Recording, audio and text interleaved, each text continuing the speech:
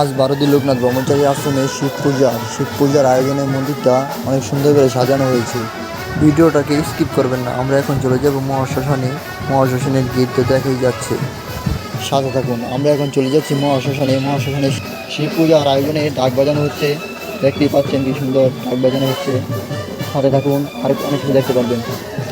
দেখতেই পাচ্ছেন কি সুন্দর করে ফুল দিয়ে মন্দিরটা সাজানো হয়েছে। বাউদি মন্দিরে বার্ষিক শিব পূজা আজ।